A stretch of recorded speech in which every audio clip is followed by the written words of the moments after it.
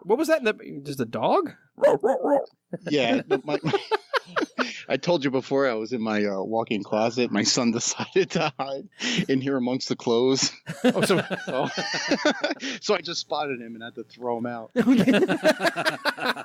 That's fantastic. How many kids you got? I got 2 little boys. 2 little boys. Oh, and they're still in the hide-and-seek playing age. That's awesome. Yeah. I've got 3 in college and 1 about to be, I don't know, maybe never even see the light of day to get to college the way she's been acting. Uh-oh. Yeah. She's the baby, and they all suffer the same thing, self-entitlement. Oh, my God. That's a total thing. Like the last one of the group just seems to, I don't know, just march to the beat of their own drum and not fall in line. Yeah, well, my little sister was the same thing.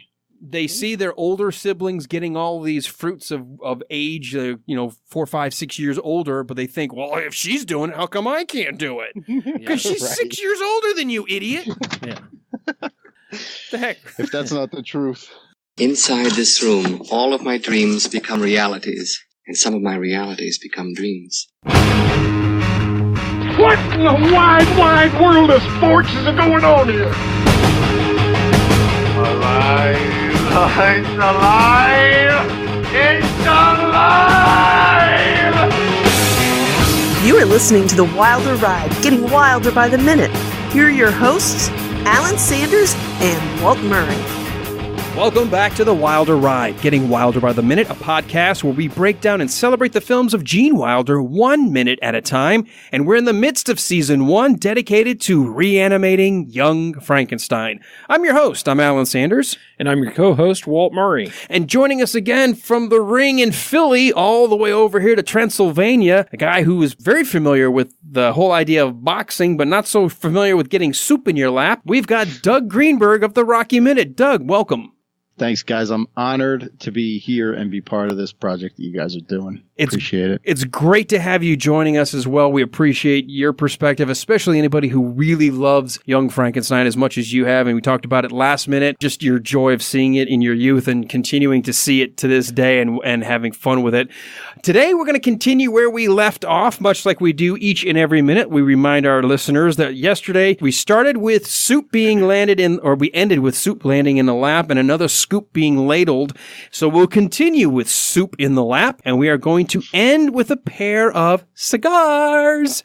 And in between, some funny shenanigans going on. So let's start off at the very, very beginning here. We talked about, Doug, the concentration on Peter Boyle's face as an actor playing the creature. After having the first bowl full land, he's really going to try to catch that second bowl. And once again, not so successful. The second one is even funnier to me. The soup in the lap. He when he's following the ladle this time, he's like whimpering, like he's willing. He's trying to will this one to work. I can't think about this scene or watch it without laughing. Yeah, it is just such a great scene, and both of them play the scene so well because I don't know that I could get through this one. As an actor, I think I would be dying laughing the whole time. And his scream has just a touch more agony on the end of it than the previous one. What I find interesting, we're not going to get to it quite yet, but even where he has the screams here, he's going to save himself just enough for one big scream that we're going to get to tomorrow. It's sort of like Gene Wilder. Just when you think you can't hit another level, he finds one, and I think it's going to be great. But this pained expression of the second ladle and then realizing I'm never going to get my soup, am I? Yeah. Did you know? Okay. You mentioned Peter Boyle's silent acting, like his face acting, and like it continues throughout the rest of the scene. But this is just, I mean, every expression on his face, tracking the ladle to the scream. The scream is tremendous. And then just like you said, like him realizing that this is it. I'm not going to get the soup. Just fun to watch if you're just paying attention, because so many times you pay attention to where the main action is, and so a lot of times you're watching the blind man start to now continue to go grab the wine bottle and bring some cups over. But if you look at Peter Boyle, right after the second ladle is landed in his lap and it cuts away, he slams the bowl down and he's like heaving as if he's just gotten done running a marathon. Like he's just exasperated with, why can't you have put it in the bowl? I can't even talk about this. I'm laughing. He just looks like he's like miserable, and he's just like, oh God, this hurts so bad, but I'm just going to sit here. So far, he's bringing over something else. Maybe, okay, so I couldn't get any soup, but he's bringing something else over. And what's great is, here's a guy who just got reanimated not many minutes ago or however long ago. And where's your cup? And he's like looking for his cup, and he grabs it and pulls it over. He knows what a cup is. Yeah. He's searching the table. Like he scans the table real quick. Oh, there it is. He is a very fast learner. He's on the fly. Well, this is and it's great here. Again, another gag, which we talked about how they had to take some gags out, because this one I think is great, because just after he's not able to get any soup, he's like, well, how about some wine? I was like, oh okay, wine, good. Yeah, wine, good. And he looks so happy, like he's going to get a chance to taste the wine. And as he pulls the mug up to his lips, right? So he's watching him, the Gene Hackman's character, the blind man, is pouring the wine, and he pulls it in with both hands. He's like, okay, can't screw this up. I've got it. It's in my hands. And he goes to take a sip, and the wine's like, whoa, wait, a toast. And that look of like, oh, God, all right, fine, we'll do a toast, whatever. Yeah, he really does. He's like, son of a... And again, we've got this creature who doesn't have any dialogue yet besides moaning or groaning or screaming. Yeah, I was going to mention that. He has not had one word in this movie yet, and he is able to convey so much through that groan and through his facial expressions. When he first claps his other hand on the mug, you almost get the sense that he's about to lick his lips. I mean, it doesn't quite pop out, but he's like so happy. The blind man has just finished pouring. His hand is on the creature's hand, and he's just about to like, this is good. I can't wait. And he pulls it in and goes to the close-up, and that's when he's like, wait, a toast. And then the look of like that furrowed brow again, like, okay. And then that's one of those childlike moments, like when he puts his other hand on the other side of the cup. Like when kids drink from a cup, they hold it with two hands, and that was kind of like, another one of those childlike moments. That, or maybe he's trying to warm his hand up. Yeah, right. With the nice cold wine. So he holds the cup out like for a toast, and this is where the first time he knew what a mug was or a cup was. He knew he was getting wine. He was really excited about drinking something, and then he's like, a toast, and he's like, what do you mean a toast? What does that mean? So he just puts the cup out to like, oh, okay, you're putting your cup out, I'll put my cup out. So he just holds it there. And the blind man crashes into it so hard that when it breaks, his expression of just like, the hell? The eye roll. He's just, and then eventually just the eye roll. He looks up to the heavens like, oh, come on. Yeah. But it's, you don't like, they don't go to Gene Hackman at all. Like, it's you hold on the monster holding his cup. All of a sudden, this other cup comes into the frame and blasts his to pieces. Yeah, and kudos to the production people. They don't make the NCIS mistake where you can tell every cup is empty. Water or whatever they had in that cup goes everywhere. Yeah, yeah. And he's just left holding the handle. Yeah, that is just awesome. It's such a cool breakaway prop, too. You get the sense that this is like some kind of a clay mug or some kind of a porcelain mug, something that you wouldn't imagine ever breaking with just a clink of glasses like this, and yet somehow the blind man just slams the he's got a metal stein. Like, he draws back and slams it. And the fact that it broke just enough that Frankenstein's creature is holding the handle. He's just holding the handle. He's like, oh, rolls his eyes, looks up and goes, oh my God. And then Peter Boyle's hands are so big and meaty, he can hardly get it off. And he has to shake it off to get rid of it. Yeah. He shakes the handle off because it's like stuck on his hand. It is. It's stuck to his hand. It won't come off. It's like there, and now it's wet, and he's as if the creature cares. Oh my God, my hands are wet. He's just sitting there. He's got his hands out. Like, what's going on now? And he's like, "What can you do next?" And again, there's Harold that's just disregarding like whatever chaos is going on when he just says like, "How hungry you must have been," and still am. Yeah, and still am, thanks to me. So. Now, I can relate a little bit to what it's like when you clink a glass into a glass and it shatters. This actually happened to me 2 nights ago, by mistake, Whoa. I was coming in off the back deck. The wife and I sitting out there. We just finished dinner, enjoying a couple of drinks, sitting back. I had my highball glass. I was coming in to get another refill. And as I was coming in, I'm holding my glass in one hand, and my wife had one of these large sort of like Starbucks big cups that you can get refilled. It's a metal container. Right. And as I kind of bumped the shelf, it started to fall, so I went to go catch it. So I have it falling, and I'm catching it with my left hand, and I think, I better catch it also with my right, which just happened to be holding my glass. Highball glass. Yeah, the metal won out over the glass. I'm not surprised. As it usually does. I was thankful I did not put any glass into my hand. That thing shattered, and I was just left holding. I kind of had probably the same expression of Frankenstein's creature here, because I had like the base of the highball, the heavier bottom of the highball glass, and then this jagged glass, and then bits and pieces of broken glass both in my hand and on the floor. And I'm like, you gotta be kidding me. Yeah. That's the classic, are you kidding me look. What about you, Walt? Anything like that happen to you? Like do a toast at somebody's wedding or something and make a fool of yourself? Oh, no. Well, no, not about the toast. A long list of those. But the one that came to mind was when we were kids, my brother was, I don't know, he was probably 2 or 3, maybe a little bit older, and he was helping my mom unload the dishwasher, and he grabbed a hot glass, and it just shattered in his hand. And he's still got a scar. He had 3 or 4 stitches from it. Really? Yeah. And what caused it to shatter in his hand? It was hot, and he just grabbed it, and it just kind of cracked. Yep, and it cracked. And he must have closed around it or something. Yeah, and it was probably one of those old cheap, like Burger King, whatever giveaway glasses that they used to have. We got to go get another Happy Meal for the 4th Spider-Man cup. Right, exactly. Han Solo. So it was a deep, nasty cut. So I think that was our first trip to the emergency room as kids. But yeah, it was kind of a crazy thing. But yeah, he was the first one in our family to go through that. But yeah, I had a couple times in college where I managed to break my beer steins or whatever. Doug, what about you? Got any examples of something where you're holding a cup 1 minute and then you're holding either remnants or shattered the next?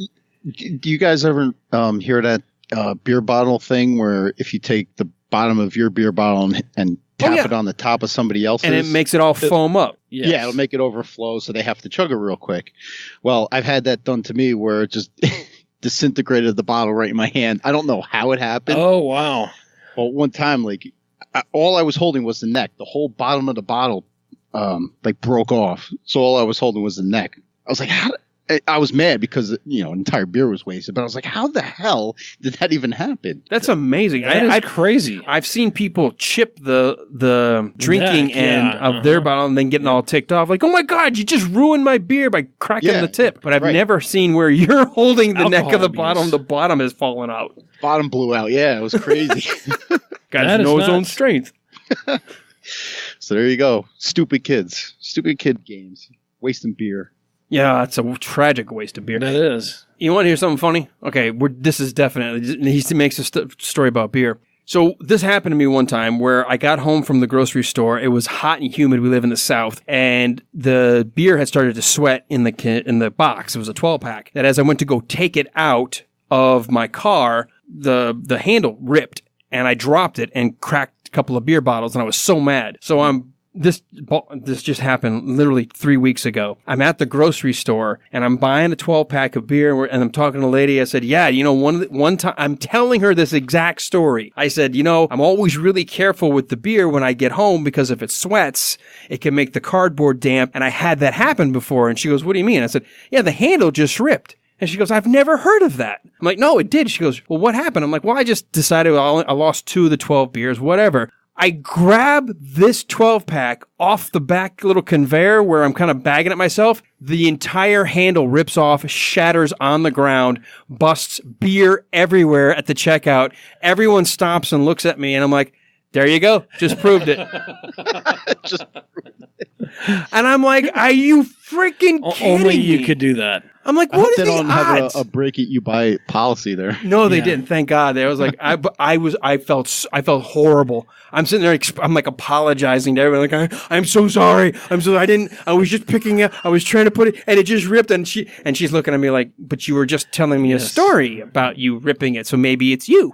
Yeah. Just I like was gonna Walt on the say. train. You Actually- say it, and then it happens. Exactly. Sort of like the church lady. Mhm. So it just sort of broke, did it? Mm-hmm. What a coincidence. Funny, it happens to you twice. Well, you had nothing to gain out of it other than the attention of all those around you. Oh dear Lord, it was horrible. I just felt so bad. It was like beer was starting to run everywhere. First of all, I feel bad about the waste of beer, and then they're like having to come in, and like all the people behind me are like, "Am I going to be able to get through the line now?" I already started unloading my buggy, and it's oh.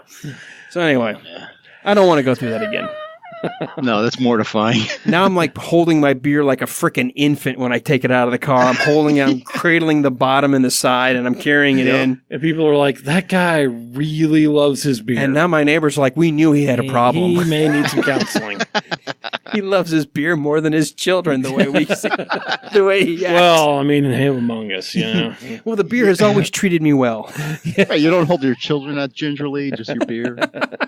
Well, now Hey, I it only don't. takes, No. It takes one, maybe two broken 12 packs to learn, right? I've learned my lesson. Look, kids heal. Yeah, kids will heal. That beer is never coming back. It's gone. Which is exactly what Frankenstein's creature looks like here. That's He's exactly like, right. It's gone. It's never a waste coming of back. perfectly good wine. Exactly. A nice Chianti. Which, by the way, is what it looks like in the It kind does. of wicker bottle, Yep. wicker size. Even though it's not, it's obviously an old school container, but Yeah. it does look like your typical Chianti. So maybe he ate some fava beans earlier with a nice Chianti. He may have. And liver. maybe? And liver. Oh. I ate his liver with some fava beans. How did we get? Oh wait, me. Yeah.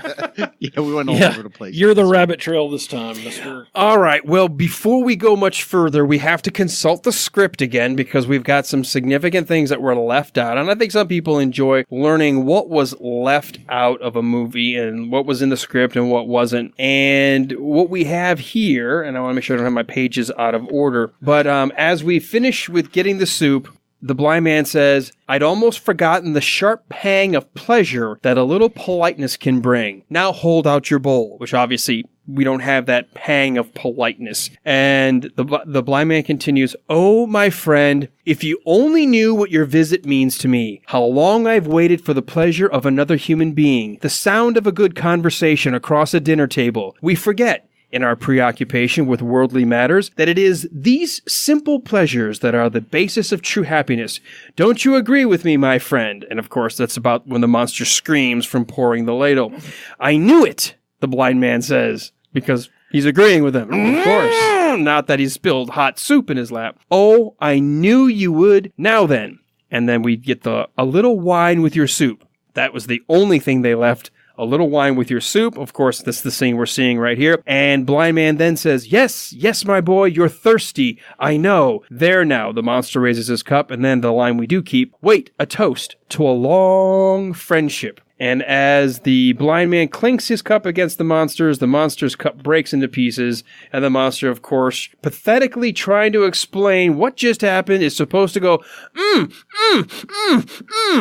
but that doesn't really work here. Mm-mm. And the blind man then says, oh my, yes, wine is good, isn't it? How hungry you must have been. Well, I have something special for you tonight. A little treat that I've been saving for just the right occasion, which the back half we do have. Cigars! Ta-da!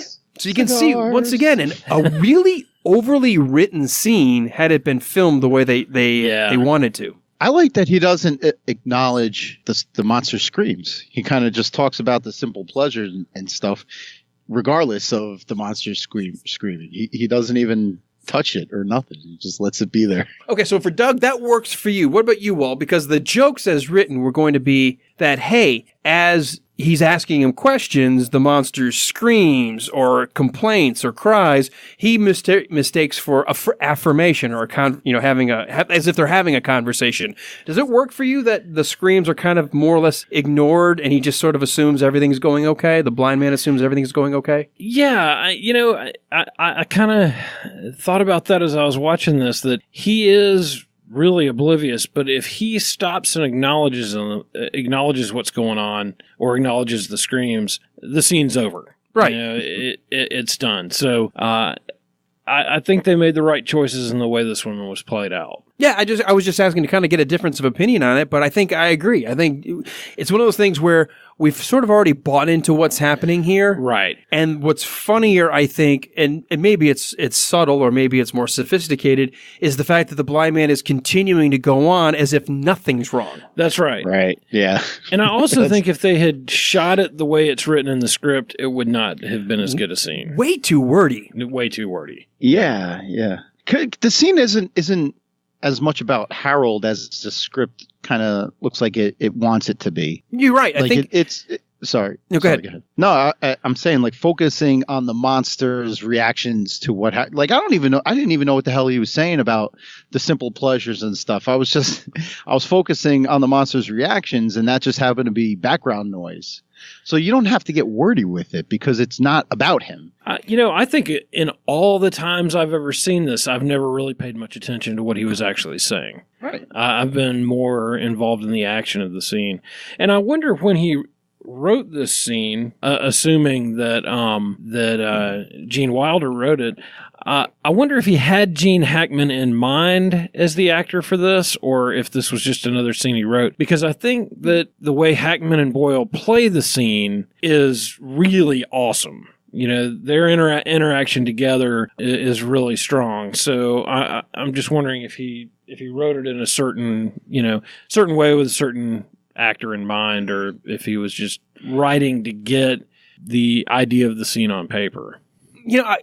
And I'm going to have to admit, I don't know if this was a scene that he realized, because we did talk about earlier in the middle of the week here when we first brought Doug in, that Gene Hackman and Gene Wilder were friends, played tennis together, and Gene Hackman just sort of, if you ever had something, maybe small bit part in a comedy or something you're working on, it might be kind of fun to try that.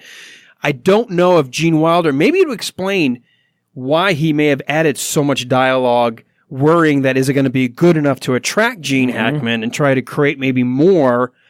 And then it could very well be that once you're on set, Gene Hackman's like, this is all too much. Yeah, we don't need it. It's too much. Like make the part bigger than it is just to draw him in.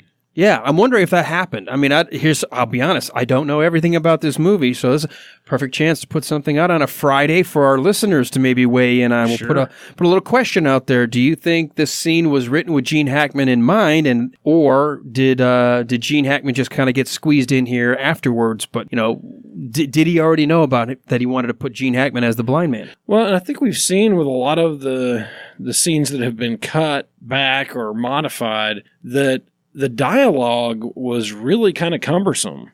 And all the ones where we've seen examples like this, where it's pages of dialogue eliminated, I'm happy it's been eliminated. Me too. And I feel the same way on this scene. Every now and then we'll find a one line here or there. We're like, well, it probably would have worked had they kept it, but this is significant dialogue cut. Yeah. And this would have been a scene of the two of them sitting across the table with him just talking.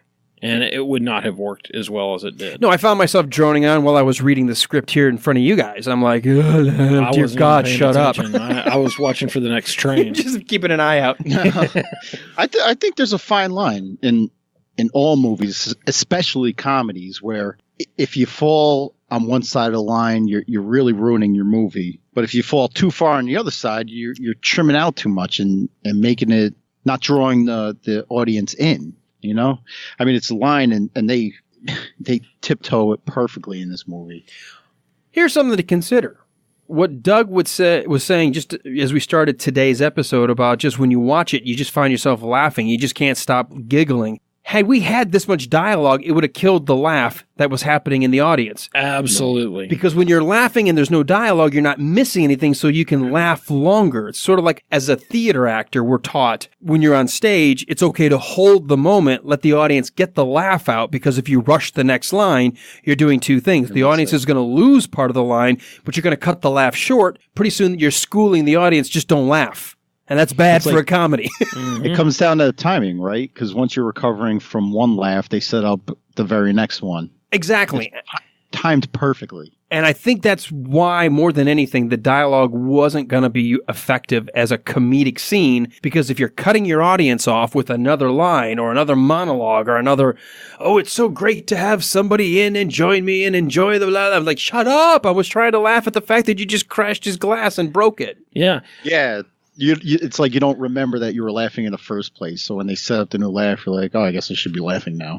Well, Doug, earlier on in some of the earlier minutes, we had an actor named Adam Boyer in. And one of the things that Adam had mentioned that I have found interesting as we've gone further into the movie is that contemporary comedies are just kind of shotgunning you or machine gunning you with one joke after another. And you hardly have time to laugh at one before the next one hits you. And that, the audiences have changed, movie making has changed. But I think this is an example of where the dialogue would have been so dense that we wouldn't have caught the jokes and we wouldn't have stopped. And there's nothing really to gain from this dialogue that I just got done reading. All the stuff that was clipped, we still get the sense he's happy to share a glass of wine. We get the sense he's happy there's somebody visiting him. I don't need an in-depth explanation of how happy he is or how joyful this is or how wonderful this is. Right. We get it. Right. Yeah.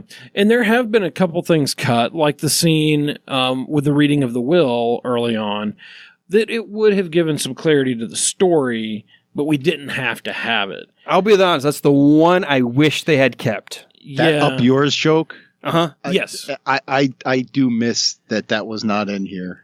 That's a classic joke. That's great. I'm 80% that way. The only reason I think that it's that I'm okay with it not being in, even though it would have been great, it would have added some clarity, and I think it was well written and well acted as well. But it didn't have Gene Wilder. It didn't have any of the other major players. It would have taken a little bit longer to get to Gene Wilder and his antics, and I can see why they cut it, even though it was a really good scene. It'd be interesting how, though, because they never bothered to go back and cut it down or pare it down because they knew they were just going to cut the whole scene. Right, and just dropped it. Would there have been a way to sort of trim it and still keep it? Because it does help explain some of the backstory. Not that it's kept us from enjoying the movie. I don't think any of us have ever thought, well, this just doesn't make any sense. I hate this picture because I don't know what this is all about with Beaufort, Frankenstein, and how does that relate to Victor and blah, blah. It's kind of cool to find out now, but I don't think it ruined the movie either, that it was gone. Yeah, no. And it's kind of like with Star Wars that you scratch your head coming out of the first couple of movies going, okay, what is this whole Force thing and how does it work and where does it come from? I could have done without knowing that it's midichlorians, and I don't think this is as bad because obviously that there you sucked. Go. You've just explained why the prequels suck. You don't have to explain everything. That is one of the major reasons that it sucks. but so like you said, I don't think we lost a ton losing that scene, but I think we gained a lot in this scene by not having all that dialogue. Right. No, this is I'm in favor that they cut it, and Doug is as well.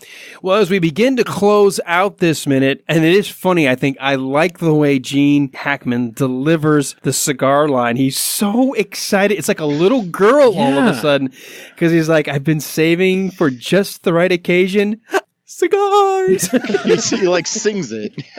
He does. It's the closest you'll ever get to Gene Hackman singing anything. You will. Absolutely. Absolutely. And I was thinking how different that is than any other line I've ever heard him deliver. Mm-hmm. I don't think I've ever heard him deliver a line even close to And I think that's what makes it so funny, because he's like, cigars! He's so excited. It's like he can hardly contain his joy. I just hate that the middle of that word was cut off at the end of the minute. Yeah.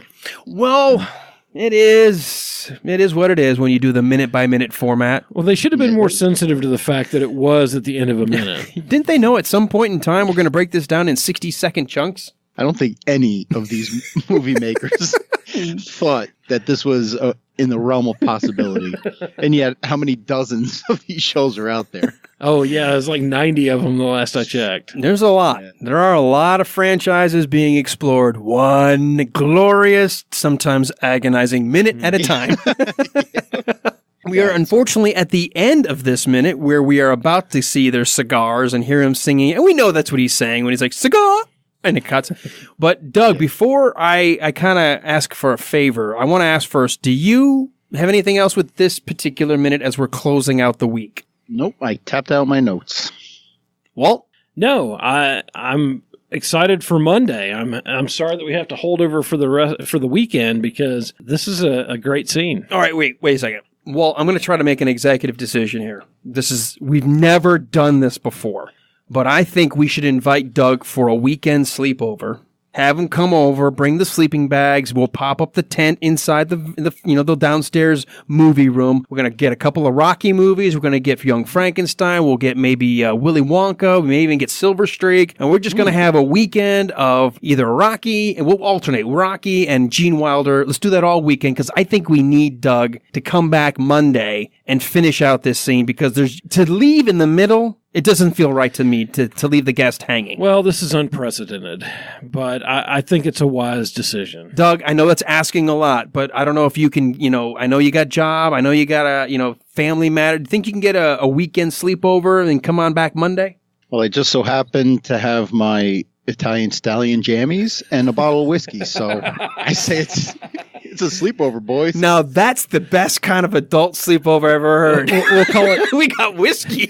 It'll be Clubber Lang Fest. Clubber Lang. Wait a minute. Are we going to get to that one? Are we going to get to Rocky 3? Oh, we have to. Yeah, we're gonna get to Rocky 3. Okay. So the first 3 Rockies, but we're going to leave the 4th one out unless we really, stay up late. Because, although it's great for the montage. I mean, it's like, I keep going back. Every time I go back and rewatch Rocky 4, I keep thinking of the guys from South Park. Show a lot of things happening at once. Remind everyone of what's going on. And with every shot, show a little improvement. To show it all would take too long. That's called a montage. Girl, we want a montage. And anything if you want to go.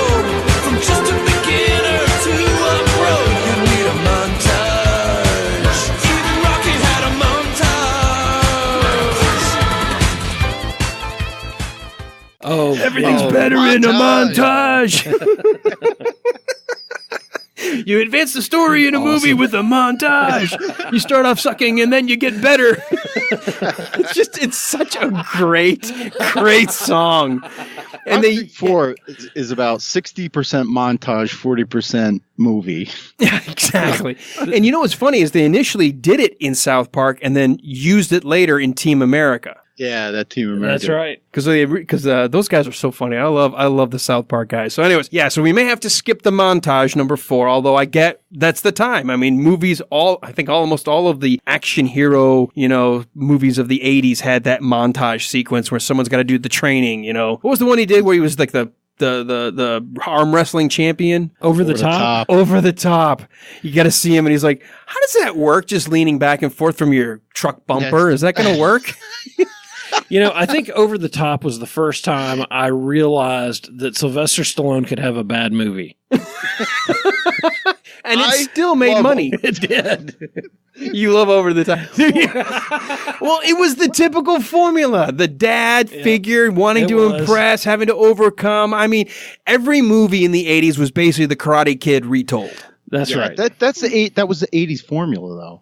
Well, it was the Stallone formula. Yeah, I guess he kind of wrote the book on 80s action films. Did he? I mean, I would be curious, where did it turn from Rocky, which was, late 70s, a very good Academy Award and recognized and nominated and awarded film. Should have been the movie of the year. Should have been. It's still one of the best ever in terms of just the blue-collar underdog coming in. And I loved, as a kid, I hated it. as an adult, I appreciated that he still lost. Right, that he lost in decision, but that's not the point of the movie. No. As a 5 or 6, when I say I was 8 when I saw it, 8 or 9. I think we came out in 78? 77? Mm-hmm. Was it 77 with Star Wars?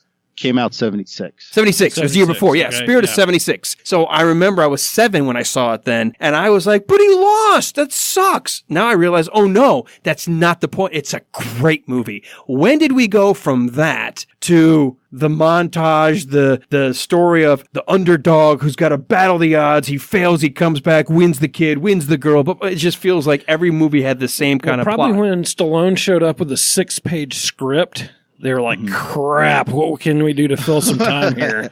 But I think 84 was a big year for that kind of movie. But Rocky 3 came out in 82. So I think Rocky 3 started that. It may have. This would be another good discussion to have in the forum about when did we start seeing that formulaic 80s kind of story being retold? Was it Rambo 2? Was it Rocky 3? Was it Cobra over the top? When did we start seeing that we're seeing the same kind of plot over and over and over? Yeah. Well, as much as I like Stallone, he's not one-dimensional, but maybe 1.5. You are so hard on actors. I know, I really am. But the thing is, like, I love Stallone. Anything I see him in, I'm like, yes, Sylvester Stallone. I mean, I love him. I love his movies. And if you just say, hey, we're going to watch a Sylvester Stallone, I'm in. I'm in. And I love it. But, he is a bit limited in what he's able to do. Maybe he just kind of fell into a niche and decided that's where I'm making my money. I did. Well, you know what? We're taking this way too long. We're saving all this. We should have all this over the weekend conversation and save some of it for Monday. So, Doug, since we are talking so much about Rocky as we close out this minute, where can people find your podcast? Stop by Facebook while you're on the Wilder Ride listeners group and come by Mighty Mix, which is the Rocky Minute listeners group. Join up, and there's a lot of good conversations going on over there. Our host website is duelinggenre.com, where we're featured along with a bunch of other incredible shows. So there's a lot for your listening pleasure. Walt, as people are maybe taking the weekend to either get caught up on our show or they're intrigued, they want to do a little research, come back and report on when did the 80s montage hero movie kind of turn into a cliche, where can they go? Probably the best place for that discussion is going to be on the listeners group. So if you'll go to facebook.com/The Wilder Ride, you're going to find a link to the listeners group from there. Just hit a request. We'll let you on in the group after you answer 1 or 2 questions, I believe. And you'll see some great discussions there, and we'll get this one going right about the time this show comes out. The other thing I would encourage people to do, and we've alluded to this, is go to the Movies by Minutes webpage. And there are so many great movies there, right around 90, I think the last time I looked, different 90 movies, podcasts. 90 podcasts that are going through the Movies by Minute, and you're going to find one of your favorite movies there. Obviously it's not A Young Frankenstein, because that's everybody's favorite. But there are plenty of other great ones, and we've had some of those folks on our show previously, but you're going to find a movie you love on that page. All right, and then you can always gain all of the links to everything else by just going to thewilderride.com. Come back Monday. Spend the weekend getting all caught up on all your favorite podcasts, but come back Monday where we continue to look at the cigars in Gene Hackman's hands, and we will end with a thumb on fire and a door breaking down. How do we get from cigars to a thumb on fire? You're going to have to come back Monday on this, The Wilder Ride. Cigars. Wow!